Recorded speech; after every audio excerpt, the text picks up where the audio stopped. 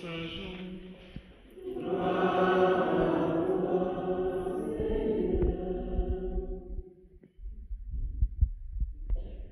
En ce temps-là, Jésus s'en alla au mont des Oliviers. Dès lors, il retourna au temple. Dès l'aurore, il retourna au temple. Comme tout le peuple venait à lui, il s'assit et se mit à enseigner. Les scribes et les pharisiens lui amènent une femme qu'on avait surprise en situation d'adultère. Ils la mettent au milieu et disent à Jésus: Maître, cette femme a été surprise en flagrant délit d'adultère. Or, dans la loi, Moïse nous a ordonné de lapider ces femmes-là. Et toi, que dis-tu? Il paraît ainsi pour le mettre à l'épreuve afin de pouvoir l'accuser. Mais Jésus s'était baissé et du doigt il écrivait sur la terre. Comme on persistait à l'interroger, il se redressa et leur dit: Celui d'entre vous qui est sans péché, qu'il soit le premier à lui jeter une pierre. Il se baissa de nouveau et il écrivait sur la terre. Eux, après avoir entendu cela, s'en allaient un par un, en commençant par les plus âgés. Il resta seul avec la femme toujours là au milieu. Il se redressa et lui demanda: Femme, où sont-ils donc? Personne ne t'a condamné? Elle répondit: Personne, Seigneur. Et Jésus lui dit: Moi non plus, je ne te condamne pas. Va et désormais ne pêche plus.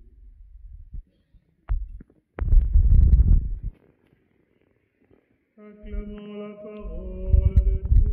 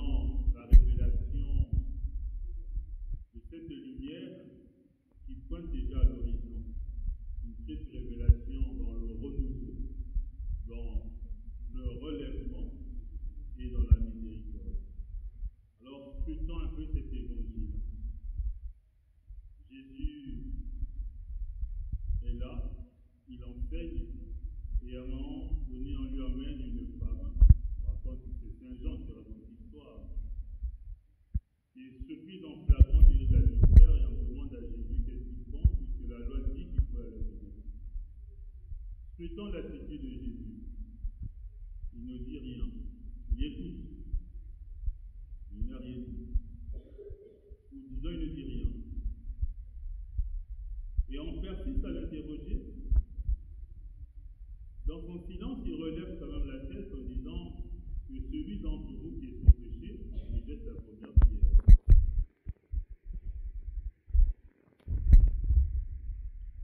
Il faut se poser la question: que fait Jésus?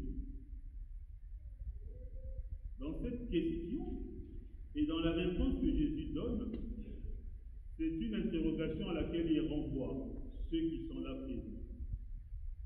Pourquoi? Parce que dans l'interpellation qu'on lance à Jésus et la réponse qu'il donne, l'enseignement, c'est que qu'est-ce que c'est que le péché? L'adultère est un péché. Qu'est-ce que c'est que le péché? Cette femme qui a commis l'adultère, elle n'était pas seule.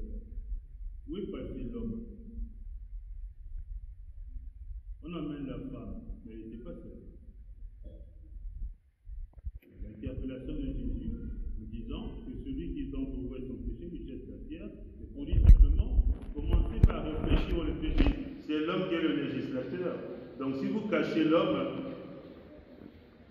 qu'avez-vous fait? Nous passons beaucoup de temps justement à trouver le mal chez les autres. C'est ça l'interpellation de Jésus. Le mal, c'est toujours l'autre qui est mauvais. Mais soi-même, où est-ce qu'on en est? Soi-même, quelle est la relation qu'on a vis-à-vis de Dieu? Ça, c'est le renouveau, l'interpellation.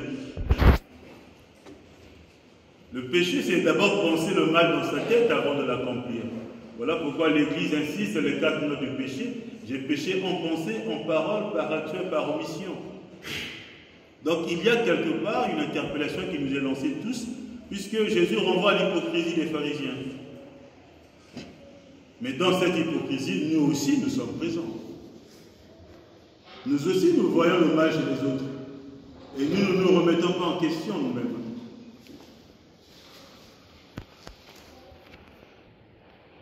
Et deuxième attitude, le relèvement. Que fait Jésus? Puisqu'il interpelle, et que ceux qui étaient là, qui avaient compris, à commencer par les plus âgés qui s'en allaient un à un, Jésus ne dit pas, ne condamne personne. Puisque tout le monde est parti, il dialogue avec la femme. Cette femme qui est pécheresse, Jésus entretient un dialogue avec la personne. Bien-aimés de Dieu, nous, parfois, nous n'arrivons pas à dialoguer. Nous avons une idée, cette idée-là, elle est fixe, et nous avançons. Nous n'écoutons pas. Quelle que soit la laideur du péché, Jésus dialogue avec la dame. Mais nous manquons parfois le temps d'écoute, le temps de dialogue, le temps d'échange. Puisque c'est ainsi, puisque c'est ce que je pense, alors plus rien ne compte. Il n'y a que ce que moi je veux qui s'accomplira. Oubliant qu'en face, il y a une autre personne avec qui il faut dialoguer. Dialoguer ne signifie pas excuser. Dialoguer signifie comprendre pourquoi cette laideur est arrivée et trouver des moyens pour éloigner et éviter cette laideur pour les jours à venir. Le relèvement. Alors la miséricorde. Jésus dit à la femme, où sont-ils? Personne ne t'a condamné. Très bien. Moi non plus je ne te condamne pas. Va et désormais ne pêche plus. Jésus, il est celui qui libère du poids des accusations. Nous aimons accuser. Mais ce n'est pas ce que fait Jésus. Jésus interpelle pour que nous prenions conscience de ce qui est mauvais, puisque lui est venu nous donner la vie en abondance par sa parole. Va et désormais ne pêche plus. Comme pour dire, il peut t'arriver plus grave encore. Aujourd'hui, je suis là, je suis présent. Mais demain, je pourrais ne pas être là. Les gens qui t'ont attrapé peuvent en finir avec toi. Alors, sois prudente. Désormais, ne recommence plus. Jésus fait miséricorde à cette dame. Et nous, parfois, nous avons du mal à faire miséricorde. Mais la miséricorde a un prénom, le pardon. Nous n'arrivons pas à pardonner. Parce que nous prenons le pardon dans la dimension humaine. Et l'humain dit, pardonner, c'est ne pas oublier. Ça, c'est l'homme qui dit ça. Pardonner, c'est ne jamais oublier. Non, ce n'est pas ça.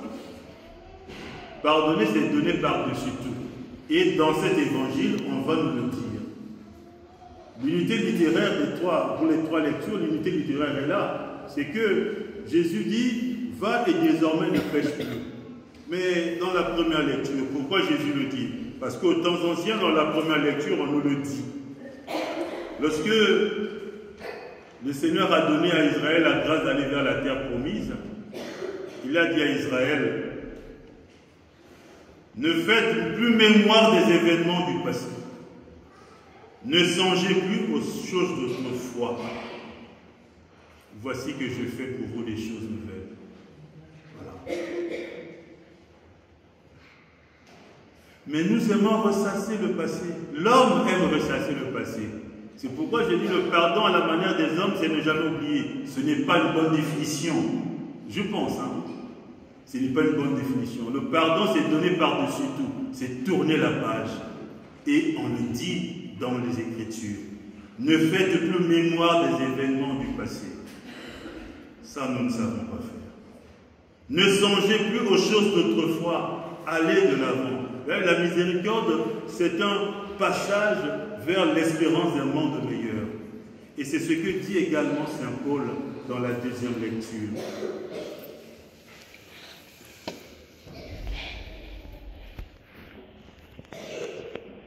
Je n'ai pas encore obtenu cela, je n'ai pas encore atteint la perfection, mais je poursuis ma route pour tâcher de saisir, puisque j'ai moi-même été saisi par le Christ. Saint Paul aussi dit, quel que soit ce que j'ai eu dans le passé, toute la gloire du passé n'est rien à côté de ce que j'ai découvert, le Christ. Et donc, tout ce qui est derrière moi est derrière moi. Je regarde devant moi, j'ai trouvé mieux le Christ Jésus, parce que lui me fait avancer dans la vie. Bien-aimés de Dieu, nous sommes pratiquement à la mi-carême, presque à la fin du carême. Dimanche prochain, c'est le dimanche des rameaux. Où en sommes-nous dans la relation avec Dieu? Notre marche vers le matin de Pâques. Comment se déroule-t-elle cette marche? Et le psalmiste nous fait réfléchir. Il dit, quelle merveille le Seigneur fit pour nous, nous étions en grande fête, Israël. Quelle merveille fit pour nous le Seigneur, nous étions en grande fête. Et nous qui sommes ici rassemblés. Quelle est la merveille que le Seigneur a fait pour nous, pour que nous nous sentions maintenant en fête, pour qu'au matin de Pâques, nous puissions jubiler de la gloire et de la grâce de Dieu. Demandons au Seigneur de nous ouvrir l'oreille intérieure, de libérer notre cœur de tous les fardeaux du passé. Demandons au Seigneur de nous aider à dépasser les angoisses du passé pour que nous puissions marcher sûrement en sa présence. Oui, il y a beaucoup d'histoires dans le passé, mais n'allons plus chercher cela. Confions ces choses, confions ces difficultés à l'autel de l'Eucharistie et confions au Seigneur dans cette liturgie sainte tout ce qui nous angoisse, tout ce qui nous fait du mal, tout ce qui nous perturbe, pour que nous soyons dans l'authenticité des fils de Dieu configurés au Christ par le baptême et qui marchent vers Pâques. Je sais que ce n'est pas facile, mais demandons quand même au Seigneur. Chers amis, vous qui faites la démarche catéchuménale, aujourd'hui, dans ce troisième scrutin, vous auriez dû entendre l'histoire de la résurrection de Lazare. Lazare, quelqu'un qui est mort et qui est mis au tombeau. Il avait deux sœurs, Marthe et Marie. Marthe est toujours au-devant des situations, elle va vers le Seigneur et dans son humanité, elle dit, Seigneur, si tu avais été là, mon frère ne serait pas mort. Marie, qui n'est pas dans l'émotion, reste à la maison, non pas à faire autre chose, non pas pour s'amuser, comme disaient les amis tout à l'heure, mais pour essayer de scruter dans cet événement difficile l'amour de Dieu. Mais quelle est la particularité de l'évangile de Lazare pour vous? C'est que le Seigneur amène à la vie Lazare.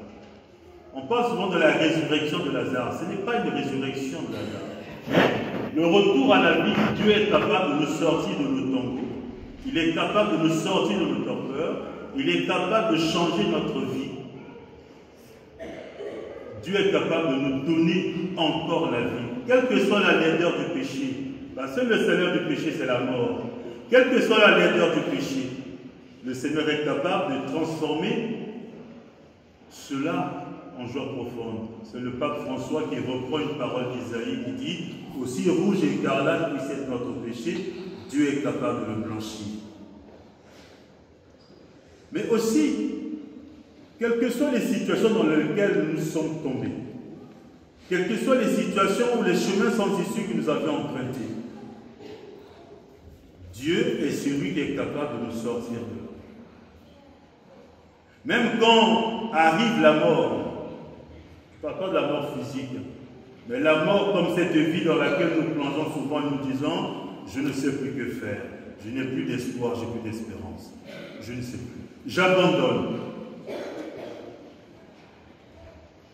Dieu est capable de nous sortir de ces torpeurs pour nous ramener à la vie, comme il a fait pour Lazare. Lazare sort du tombeau, il a le visage couvert puisqu'il est mort. Il ne peut pas chanter la gloire de Dieu. Il faut enlever le linge qui est devant lui pour qu'il contemple l'amour de Dieu. Dieu est capable de le faire pour nous.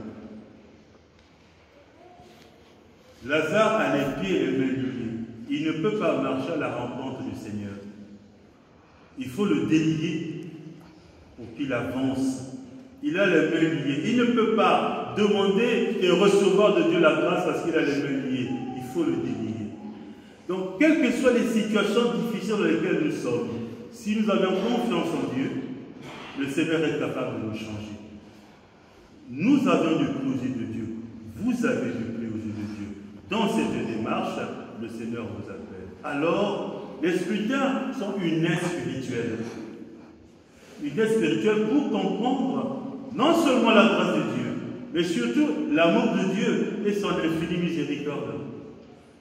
Moi qui suis non baptisé, moi qui ai fait cette demande de devenir chrétien, ami de Jésus-Christ, qu'est-ce que j'ai comme élément en ma possession? Qu'est-ce que j'ai comme points fondamentaux pour que j'aille à la rencontre du Seigneur? Les scrutins, c'est cela. Ce sont des points sur lesquels on s'arrête sciemment pour mieux scruter le chemin qui vient. Aujourd'hui, que le Seigneur vous donne cette grâce de vous confier à lui, de vous laisser habiter par lui et de rayonner de sa grâce, et que la miséricorde de Dieu vous aide, vous comble et qu'elle soit toujours sur votre chemin. Amen.